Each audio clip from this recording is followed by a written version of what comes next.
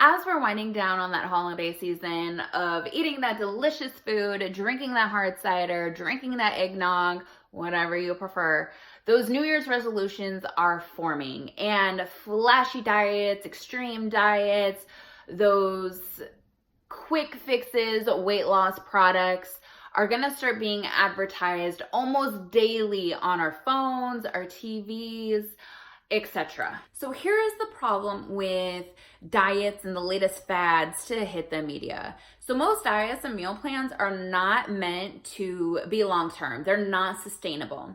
And I know what you're probably thinking. You're probably thinking, but I want a meal plan. Just tell me what to eat and I'll follow it and I'll lose weight.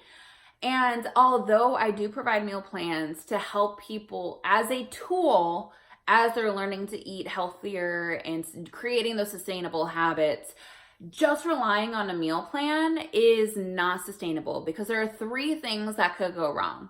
So the first thing that could go wrong is you don't stick to it like you're supposed to because we're all human and we have lives. Number two is you do follow it, but you follow it perfectly and then it becomes too strict for too long. And number three is you follow the plan for a while. And this is where I see it happen the most, is you follow it for a while, but then, you don't enjoy it because you're missing out on the good stuff in life or your favorite foods, your favorite stuff. And then it's not sustainable. Then you get off of it and then you go back to your daily habits.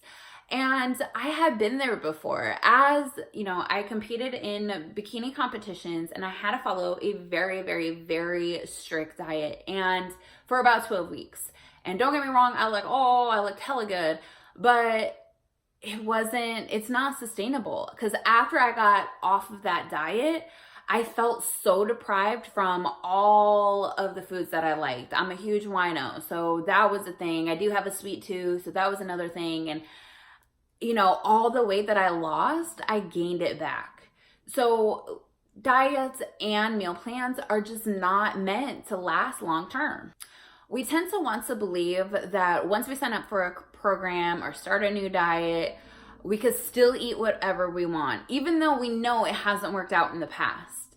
And then when it doesn't work, we start, trying to validify the diet or the program because we don't want to ask ourselves the hard questions like, why are we not really seeing the results? And then we start to blame the diet when we don't lose that weight, when it's really us eating whatever we want. We just can't do that.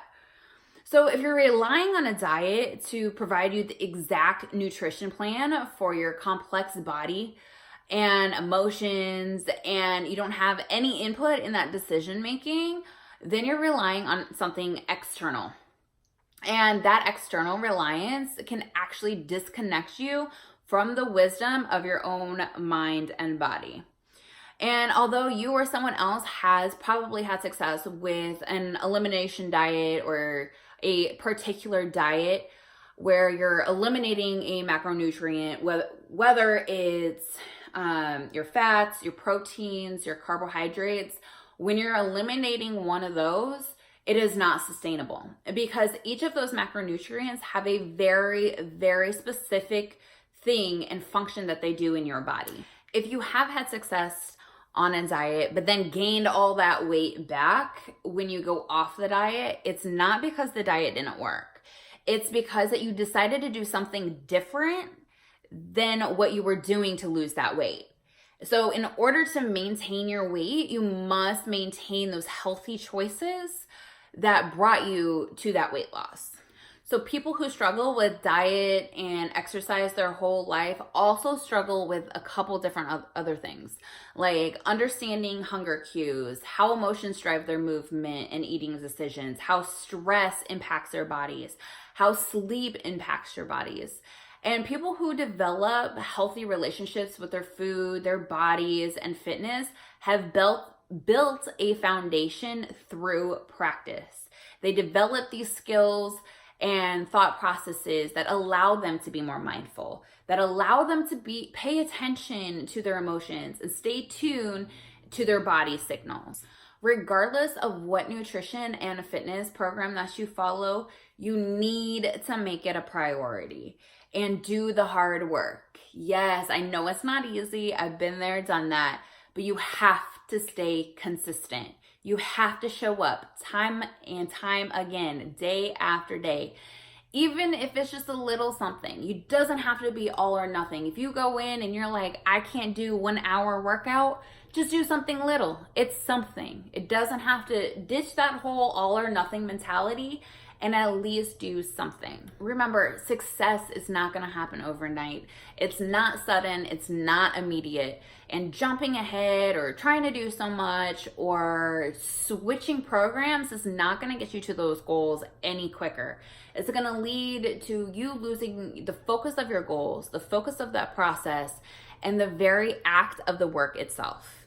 And the only thing that we can control is just doing it now. Like I said, it is that compound effect that every little thing is just going to compound it, and it's just going to be a lifestyle, and it's just going to come naturally to you. So let's stop jumping from diet to diet. Let's find out what works for you in your unique body and something that is sustainable. So ask yourself, is this something that I could eat next month, next year? It has to be sustainable, otherwise it's not gonna last. You're just gonna go back into those old habits. And most diets and meal plans, like I said, are not sustainable long term. So let's be real for a second. Changing how we eat is hard. It is. It's hard to find fresh produce. Sometimes it's hard because eating healthier is a little bit more expensive. But if we want to make a lasting change, we need to stop blindly following the latest fads, the latest diets, and understand our unique bodies, how we feed them, what foods are going to be beneficial for us. So here's the key. Think about what you eat and what you already eat and how you can make it slightly better, just a little bit. It doesn't have to be big, just a little bit. So make small changes to what you already eat and enjoy, one small step at a time. That is the key. I promise you it's going to be a game changer. So the goal is to eat with one meal and just still be satisfied one or with your two meal. options. Now, if you're not satisfied by adding a little bit more meals, produce, you gotta find that common see what middle works ground best for that you. makes it still And then somewhat eventually healthy start slowly and adding enjoyable. a little bit So more you healthy obviously swaps don't in want each to eat the week. foods that you don't So like. if you're interested You in have to learning enjoy more those meals. about Because ditching you don't diet like the meals, mentality it's and not how gonna to be create a a sustainable healthy, habit. sustainable So habit. to get started, Come find me I want on you to Instagram, fill out Brittany Wick a journal _for fitness. 1 week. So Write down my name everything is that spelled a you little eat, weird. everything It is that called- you drink. It is And called- if a week it is is too long, spelled just take it back a few days. BRITTIE. So 3 to 7 days. Perfectly fine. And what I want you to do is I want you to You could look at also those check out my meals, and I website, want you to say, okay, BrittanyWick.com. this is how I can make it I sign up healthier. for my emails. I send out So, emails all the time. you know, if you love coffee, thank you so for much for example, listening and you to love me those Starbucks today. coffees It or means whatever, so much to me but to do the you Christmas could deal special. with If you guys a have little any bit of cream and questions, sugar please instead. let me know. Why don't we scale Otherwise, back Merry on Christmas. those lattes and switch it out for a healthier coffee option?